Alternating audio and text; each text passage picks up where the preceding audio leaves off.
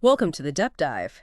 Today we're looking at a stack of sources to really get the essential insights on, well, a giant in the music world, George Fiji Veikoso. That's right. His recent passing has been widely reported, but we want to go a bit deeper, and understand why he was truly called the voice of the islands. Exactly. Yeah. We're talking about an award-winning Fijian Hawaiian reggae icon, a huge figure. Mm-hmm. And the news hit hard. He passed away Wednesday, July 23rd, 2025. He was 55. So young. Yeah, in Fiji, surrounded by family. But this deep dive is about more than the headlines. It's about understanding his influence, Yeah. helping you quickly grasp why his legacy is just so significant. Okay, so let's unpack this then. What was it about Fiji? What made him, more than just a musician? How did his particular journey create such a lasting, unmatched legacy across the Pacific and even beyond? Well, looking at the sources, is clear his impact was layered. We'll get into his origins, which are quite fascinating. And then there's the way he blended music styles, really groundbreaking stuff. Plus his, well, massive success and his wider role in the culture. Right. The goal here is for you to really get a solid handle on why he became such a revered figure. Okay, let's do that. Let's start at the beginning. The sources talk about his roots. Where did Fiji's journey actually begin, and how did that background really shape the artist we all knew? His story starts, naturally, in Fiji. That's where he was born. But what's really interesting and kind of crucial is his time spent growing up in Hawaii, too. Ah, okay, so a mix right from the start. Exactly. This created this unique bicultural foundation. It wasn't just about geography. It was about embedding both Fijian and Hawaiian heritage deep within him. You can see how that would be powerful. Definitely, that dual identity. Yeah. It really became the soul of his music later on. It let him speak authentically, to the experiences of islanders from different backgrounds. That makes a lot of sense. He didn't just represent one place. He embodied that blend.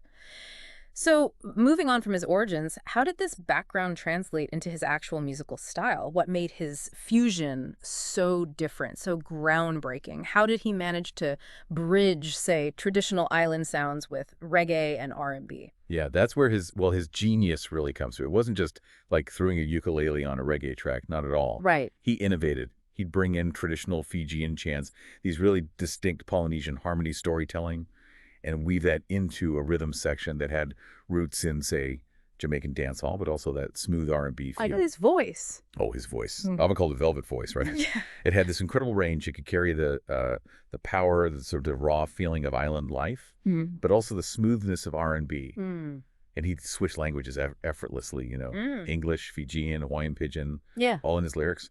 That made the music incredibly relatable across the Pacific. Yeah. But it also introduced these unique sounds to a much wider global audience. It felt familiar and new at the same time. You really hear that in tracks like Ponte de Lua or Smilin'. That island rhythm just perfectly blended with the R&B vibe. So this unique sound, it clearly struck a chord.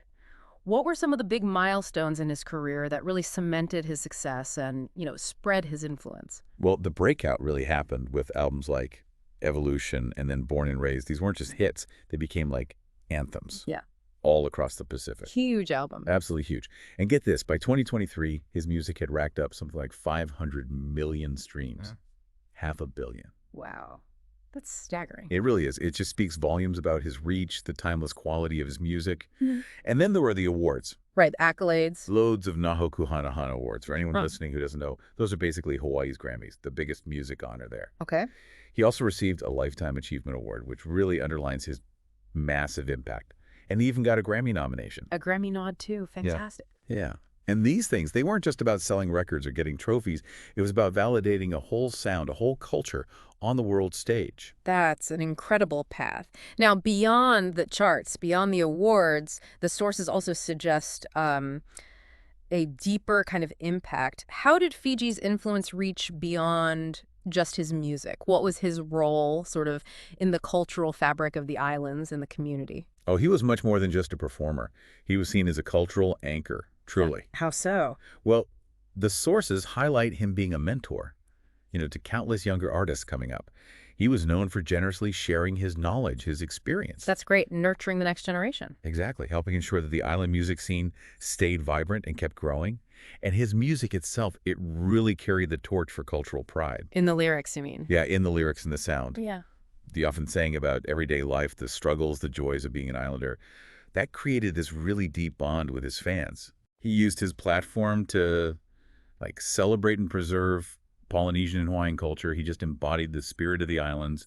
People loved him for his warmth, his humility, and that undeniable connection to his roots. So looking back over this exploration of Fiji's life and legacy, what really strikes me is that fusion, how he merged those deep island roots with reggae, with R&B. It's a sound I'm not sure anyone else has quite captured in the same way. It was unique, absolutely. And those milestones, evolution, born and raised, all those Na Hoku awards, the Lifetime Achievement, the Grammy nomination, it really paints a picture of just how huge his impact was. Definitely. And 500 million streams by 2023, that's not just noise. It shows how deeply his voice connected with people. Plus, hearing about his role as a mentor, that connection with fans, it shows the person behind the music, too. Right.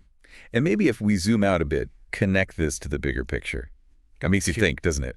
How does an artist like Fiji, who blended these distinct cultural sounds so seamlessly, how does he not only get global recognition, but actually become the voice for an entire island identity?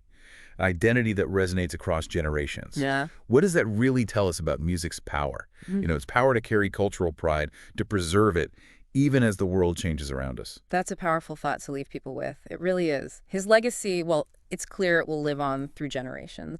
It reminds us all, I think, that music can be this living thing, this vessel carrying culture, stories, emotions, right across time.